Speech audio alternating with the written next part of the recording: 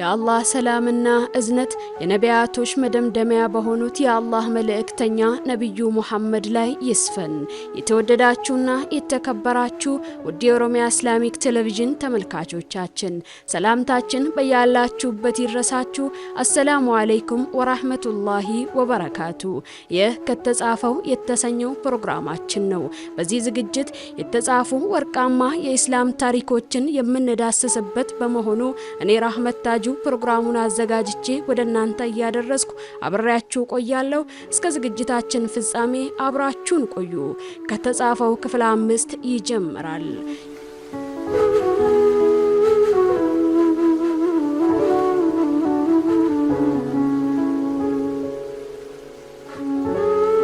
የቅድመ ኢስላም አረቢያ ሰዎች በርካታ መጥፎ ስነምግባሮች የነበሯቸው መሆኑን አንክድም። ግና ከዚህ በተጓዳኝ እጅግ የሚያስደንቁና የሚያስደምሙ በጎ ባህሪያት ነበሯቸው። ለአብነትም ቸርነት ልዩ መገለጫቸው ሲሆን በዚህ ባህሪያቸው ይፎካከሩና ይኩራሩ ነበር። ከስነ ግጥም ሀብታቸው ውስጥ ግማሽ ያህሉ ስለ ቸርነት በቸርነት የተቃኘ ነው።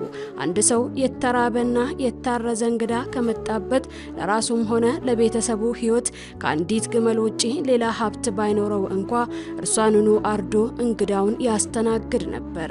ከቸርነት ባህሪያቸው መገለጫዎች መካከል አንዱ ባለደሞችን ለማስታረቅ ደም እንዳይፈስ ለመከላከል ሲሉ እጅግ የከበደ የደም ካሳ ዕዳ ይሸከማሉ። ይሄንንም በማድረግ ይኩራራሉ። የወይን ጠጅ በመጠጣታቸው ይኩራሩ ነበር። በሚጠጡ ጊዜ ለቸርነት ባህሪ ስለሚገፋፋቸው ከዚህም የተነሳ የወይን ጠጅን ከሪም ቸርነት በሚል ስያሜ ይጠሩታል። የወይን ጠጅን ደግሞ ኢብኑል ከሪም የቸርነት ልጅ ይሉታል። የቅድመ ኢስላም የመሐይምነት ዘመን ግጥሞቻቸው ይህንን በጉልህ ያሳያል። ቁማርም ከነርሱ ዘንድ የቸርነት መገለጫ ነበር። ምክንያቱም ከቁማር በሚያገኙት ገንዘብ የተራበን ያበሉ፣ የታረዘን ያለብሱ ነበር። ይህንንም በመሆኑ ቁርአን አስካሪ መጠጥንና የቁማርን ጠቀሜታ አልካደም። ከጥቅማ ቸው ይልቅ ጉዳታቸው እንደሚያመዝን የገለጸ ቢሆን እንጂ እንዲህም በማለት ሙሐመድ ወይ ስለ አስካሪ መጠጥና ቁማር ይጠይቁሃል። በእርሷም ውስጥ የገዘፈ ኃጢአት አለ። ሰዎች ጥቅማቸውንም ሊያገኙባቸው ይችላሉ። ግና የሚያስከትሉት ኃጢአት ከሚያገኙት ጥቅም እጅግ የገዘፈ ነው። ሱራ አልበቀራ 219። ቃልን መሙላት ሌላው ድንቅ ባህሪያቸው ነበር። ለአረቦች ቃል ኪዳን የተሸከሙት ዕዳ ማለት ነው። ቃላቸው ከሚጠፋ የወለዱት ቢጠፋ፣ ቤታቸው ቢፈርስ፣ ንብረታቸው ቢወድም ይመርጡ ነበር። ታሪካቸው በድንቅ የቃል ኪዳን ድርጊቶች የተሞላ ነው። ግፍን ያለመሸከም ከፍተኛ የክብር ስሜት ነበራቸው። በደልን የሚሸከም ትከሻ አልነበራቸውም። ይህ ባህሪ የተትረፈረፈ ጀግንነትን፣ የበረታ ቀናይነትንና የቁጣ ስሜትን አውርሷቸዋል። እምነት የመዋረድ ቃል ያለበት ቃል ከሰሙ ሰይፍ ይመዛሉ፣ ጦርነትን ይቀሰቅሳሉ። በሂደቱ መስዋዕትነት ቢከፍሉ እንኳ ግድ አልነበራቸውም። ሌላኛው ቆራጥነት ክብርና ሙገሳ እናገኝበታለን ብለው ካሰቡት ነገር የሚመልሳቸው ኃይል አልነበረም።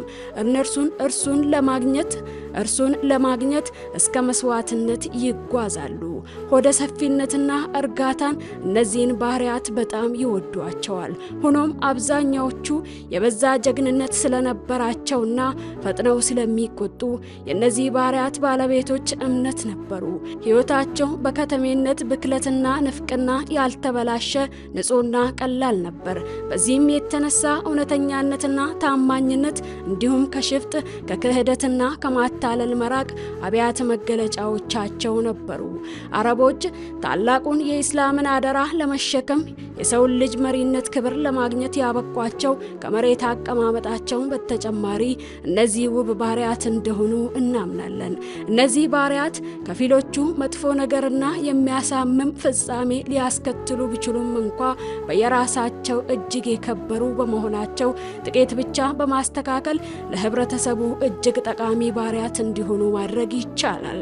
እስልምናም የፈጸመው ይሄንኑ ነው። ከዚህ ድንቅ ባሪያት መካከል ቃል ኪዳንን ከመሙላት ቀጥሎ ይበልጥ ውድና ጠቃሚዎቹ ክብርና የቆራጥነት ስሜታቸው እንደሆኑ አይካድም። ምክንያቱም ክፋትንና ብክለትን በመቃወም የፍትህንና የበጎ ስርዓትን ለማነጽ እነዚህ ባሪያት ብርቱ ጉልበት እጅግ አስፈላጊ ነበር። ከላይ ከተወሱት በተጨማሪ ሌሎች ውብ ባሪያትም ነበረዋቸው። በመሆኑም ከነኚህ ኡማ የመልእክተኞች ፈርጥ በወርሃ ረቢዑል አወል በ9ኛው ቀን በዕለተ ሰኞ ከአባታቸው አብደላህ ቢን አብዱል ሙጠሊብና ከእናታቸው አሚና ብንት ወሃብ ተወለዱ። ኢብን ሰዒድ እንደዘገቡት የነቢዩ ሙሐመድ እናት የዛችን ዕለት ክስተት ሲገልጹ ሙሐመድን በወለድኩ ጊዜ ከማፀኔ ብርሃን ወጥቶ የሶሪያን አብያተ መንግስታትም በብርሃን አደመቀ ብለዋል። ነቢዩ በተወለዱ ጊዜ በርካታ ታምራት እንደታዩ ተመስክረዋል። በዕለቱ ከኪስራ ቤተ መንግስት ውስጥ 14 ጉልላቶች ተንቆጥቁጠዋል። መጁሳውያን ያመልኩት የነበረው እሳት ጠፍተዋል። በስዋ ሐይቅ ዙሪያ የነበሩ አብያተ ክርስቲያናት ሐይቁ ሰምጦ ፈርሰዋል። ጦበሪ ባይሐቂና ሌሎች የታሪክ ዘጋቢዎች ይህንን ዘገባ አስፍረዋል። ነቢዩ እንደተወለዱ እናታቸው ወደ አያታቸው ወደ አብዱል ሙጠሊብ የብስራት መልእክት ላከች። አያታቸው በደስታ ተሞልቶ መጡ። ሕፃኑንም ወደ ካባ ይዘውት ገቡ። ዱዓ አደረጉለት፣ አላህንም አመሰገኑ። ሙሐመድ የሚል ስምም መረጡለት። ይህ ስም ከዚያ ቀደም በአረቦች ዘንድ የሚታወቅ አልነበረም። አረቦች እንደሚያደርጉት በሰባተኛው ቀን ገረዙት። እንደተወለዱ ከእናታቸው ቀጥሎ ያጠባቻቸው ሴት ሱሐይባ ትባላለች። የአቡ ለሃብ አገልጋይ ናት። መስሩ የተባለ ልጇን ወልዳ በማጥባት ላይ ነበረች። ከነቢዩ ሙሐመድ ሰለላሁ ዐለይሂ ወሰለም በፊት ሐምዛ ቢን አብዱል ሙጠሊብን ከእርሳቸው በኋላ አቡ ሰለማ ቢን አብዱል አሰድ አልመኽዙሚን አጥብታለች። የተወደዳችሁና የተከበራችሁ ውድ የኦሮሚያ ኢስላሚክ ቴሌቪዥን ተመልካቾቻችን ከተጻፈው ክፍል 5 በዚሁ ተጠናቋል። በክፍል 6 እስከምንገናኝ ወሰላሙ አለይኩም ወራህመቱላሂ ወበረካቱ።